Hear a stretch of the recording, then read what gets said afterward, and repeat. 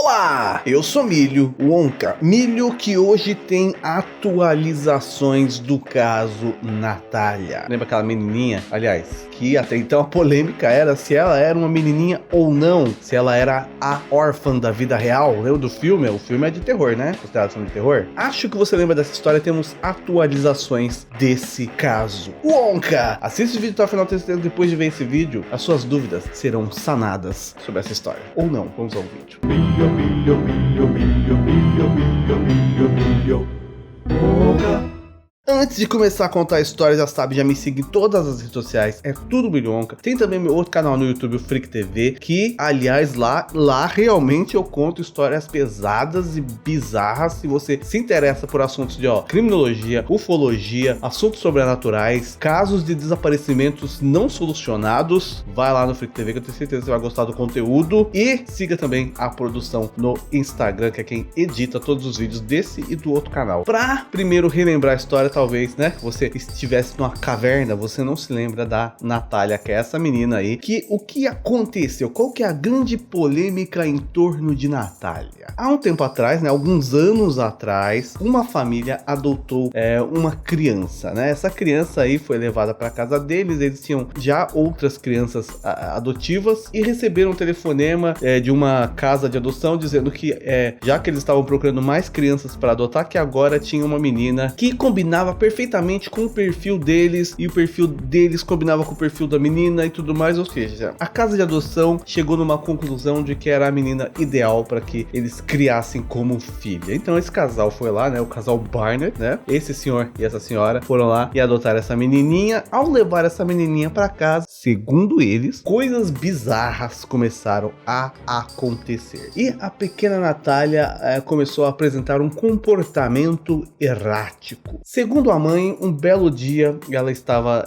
na casa tal, fazendo os afazeres domésticos e de repente resolveu tomar um café. Ela fez o cafezinho dela, deixou ali na mesa, foi fazer umas outras coisas, né, sabe?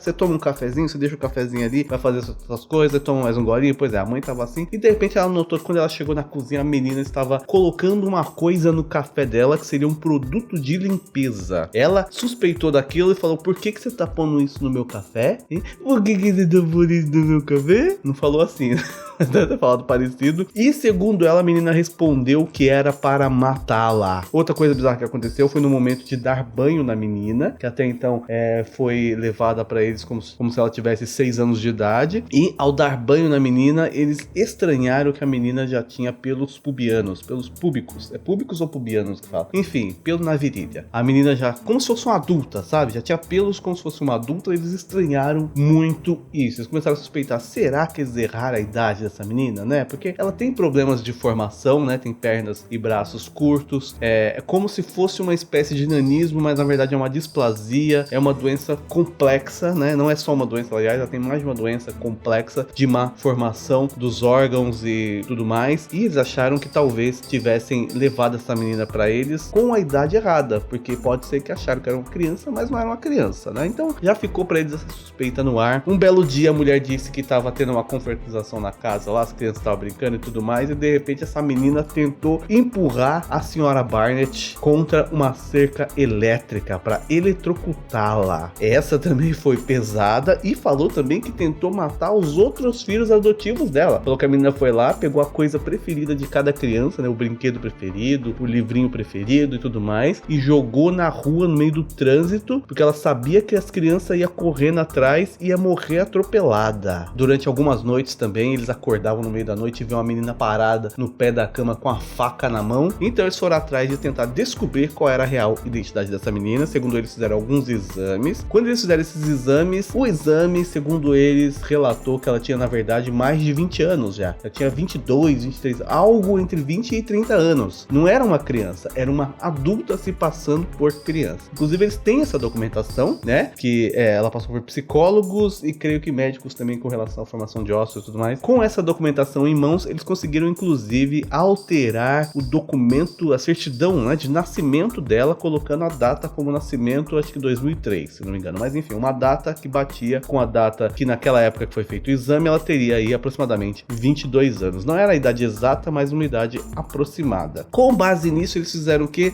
Aconteceu uma coisa na vida deles, que um outro filho deles conseguiu entrar para uma faculdade, que era na verdade no Canadá, então a família teve que vender todos os seus bens e se mudar para o Canadá para dar suporte a esse filho lá no Canadá, e decidiram que, já que a menina estava tentando matar eles e já foi constatado que ela era uma adulta de 22 anos, que ela deveria ficar morando sozinha numa casa, num apartamento na verdade, e alugaram um quartinho para ela, deixaram ela lá, falaram: você vai morar aqui, eu pago suas contas, enquanto a gente vai morar lá, tá ok? Tudo bem? Eu pago seu aluguel, eu pago todas suas contas, só tem que morar aqui. Acontecido isso, passou-se algum tempo, a menina viveu sozinha e tudo mais. De repente alguém desconfiou daquela menina, alguém que passava ali sempre, via aquela menina sempre sozinha naquela casa toda e falou: essa criança mora sozinha, não é possível que alguém deixou a criança morando sozinha, cadê teu pai, filha, cadê tua mãe? E ela fala: não, eu moro sozinha, né? Quantos anos você tem, filha? Eu tenho 22, porque, né, falou pra ela que ela tinha 22, ela tava acreditando que ela tinha 22. Essa pessoa que viu, né, que suspeitou dela estar ali morando sozinha, chamou uma outra pessoa que ela conhecia, que já era uma pessoa conhecida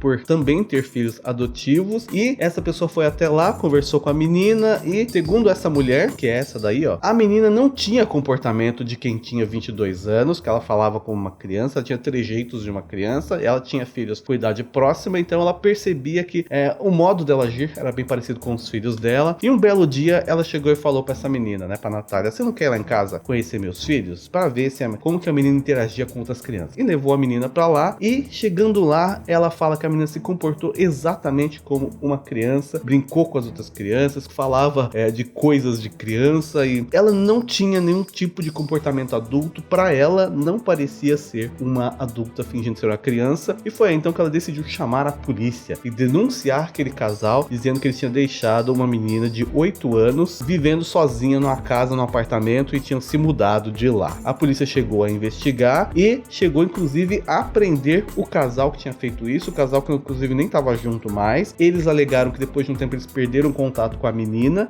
que a menina não deu mais notícias do dia a dia dela pra eles, e eles também não ligaram de ir atrás saber o que estava acontecendo, né? Também tem essa parte aí. No fim, eles até pagaram uma fiança para responder o processo em liberdade. Vai ocorrer um novo julgamento sobre isso agora no começo do ano que vem, 2020. Durante um tempo, essa menina ficou no ar, essa história dela. Será que ela é uma criança fingindo ser uma adulta, não sei o que? Mas temos atualizações, que é o quê? Primeiro, que descobriram quem é a mãe biológica dela. A mãe biológica dela é essa mulher de 40 anos que se chama Ana. Ela realmente mora na Ucrânia e ela contou a história da menina até chegar ao ponto da adoção. Ela fala que realmente a menina nasceu em 2003, 4 de setembro de 2003, às 6h25 da manhã, então realmente ela não é uma mulher de 22 anos, ela teria hoje 16 anos, né? 2003 para 2019 dá 16. Eu acho que é isso, apesar de eu nunca ter sido bom em psicologia. Qual é a história dela até chegar à adoção? A mulher falou que ao nascer, né, ela tinha já se separado do pai da menina e ela teria que criar os seus filhos sozinha. Quando a Natália nasceu, na verdade o nome original dela nem é Natália, é Natasha, e aí quando ela foi para os Estados Unidos trocaram o nome de Natasha para Natália. Não sei se é porque eles pronunciam mais facilmente, enfim, não entrei nesses detalhes. Mas a mãe fala que assim que nasceu, o médico chegou para ela e falou: ó, sua filha nasceu com má formação, ela sofre do problema tal, é um tipo de displasia que precisa de tratamento contínuo, que precisa inclusive de uma operação que custa cerca de $80 mil.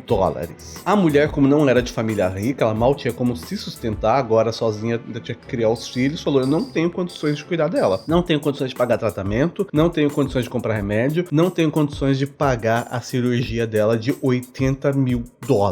Então resolveu-se que a Natasha, né, que depois virou Natália, seria entregue à adoção. A menina então foi entregue para adoção. Passou-se um tempo, a mãe, né, a Ana, recebeu uma ligação dizendo: ó, sua filha foi adotada, tá? Uma família americana gostou dela e vai levá-la para os Estados Unidos, tudo mais. Então só tô te avisando, você não pode interferir mais na vida dela, não sei o que mais e tal. Ela foi adotada então por um casal que também sofre de nanismo, né, que tinha uma casa toda adaptada para anões. Eles inclusive tem uma outra filha que também sofre de nanismo, e ela viveu um tempo com essa família, só que para poder adotar, né, a Natália, eles teriam que provar tudo que eles tinham, como eles iam criar ela e tudo mais. E depois de um tempo, aconteceu coisas na vida deles, que eles não tinham mais condições financeiras de manter o tratamento da menina, de pagar operações e tudo mais. Então o centro de adoção foi lá e descredenciou eles, tirou a menina do convívio deles por eles não ter como cuidar da menina, porque também não é certo, né? Tudo bem que adotar é uma grande causa, né? Uma coisa boa, mas também não adianta você adotar sem condições de criar a pessoa que está adotando. Então eles tiveram que devolver, digamos assim, a menina pro centro de adoção, até que ela chegou nesse casal aí, os Barnett, que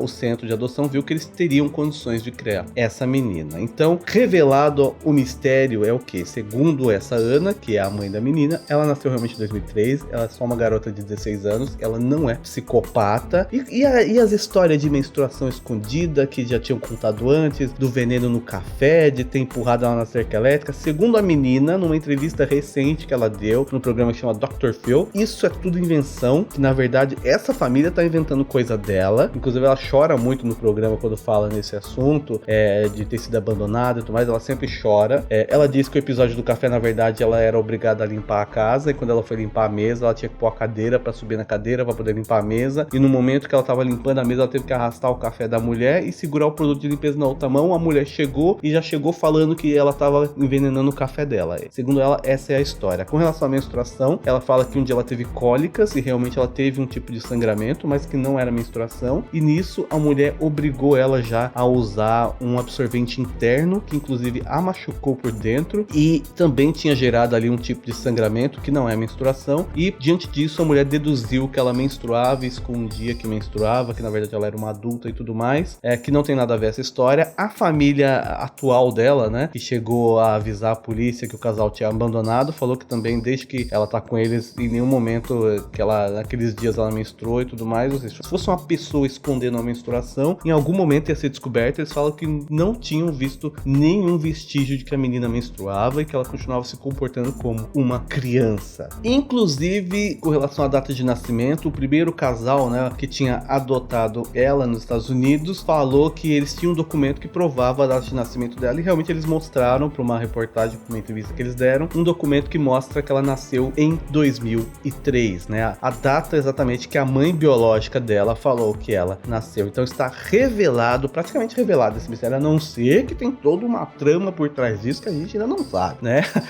Até que me prove o contrário, tá acabada essa história aqui, né? Apesar que ainda tá rolando o processo aí por abandono de incapaz do casal que foi pro Canadá e deixou a menina sozinha na casa. Como eu falei, vai ter um julgamento agora no começo de 2020, que a gente vai saber o que vai dar, o que não vai dar. Eles falam que tem como se defender das acusações facilmente, mas tá rolando ainda o processo. Por enquanto, acharam a mãe biológica, confirmou, é uma criança, quer dizer, agora adolescente, com 16 anos. O outro casal que tinha adotado falou que ela era uma criança quando eles adotaram, que não era uma adulta fingindo, e o casal atual falou que quando eles entraram em contato com ela, era uma criança e agora é uma adolescente de 16 anos. Ou seja, ela não é a órfã da vida real, não existe história macabra por trás dela, que na verdade é só uma história inventada. Mas por que esse casal inventaria essa história? Há teorias de que, na verdade, eles adotaram essa menina, aí esse outro filho deles, que é prodígio, conseguiu essa faculdade no Canadá, e eles se arrependeram de ter que criar essa menina e cuidar do suporte do outro filho na faculdade. Então isso meio que confundiu, digamos assim, a cabeça deles, e eles meio que inventaram essa história para não precisar criar a menina de perto, né? Poder deixar ela lá sozinha, se virando sozinha. E essa é uma teoria. Pode ser também que eles só sejam malucos e inventaram essa história. Isso ainda não está esclarecido de por que eles inventaram essa história toda. Pode ser que no momento que houver o julgamento, eles confessem alguma coisa e conta por quê, ou de alguma outra forma a gente vai acabar sabendo, mas por enquanto esse é um mistério que permanece de por que inventar toda essa história. O que você achou de tudo isso, né? Qual que é a sua teoria de por que essa história foi criada? Comenta aqui embaixo também. E você imaginar que, né, a menina foi espalhada pelo mundo como uma órfã da vida real. Aliás, foi assim que a mãe dela verdadeira descobriu essa história, né? Porque viu a cara dela em todo lugar e falou: eu acho que eu conheço essa menina é minha cara, é minha filha. É minha filha que eu dei pra adoção. O que não era pra ser engraçado, mas quem manda a vida será uma comédia. Espero que você tenha gostado de saber dessas atualizações. Assista outros vídeos do canal. Até o próximo vídeo e tchau!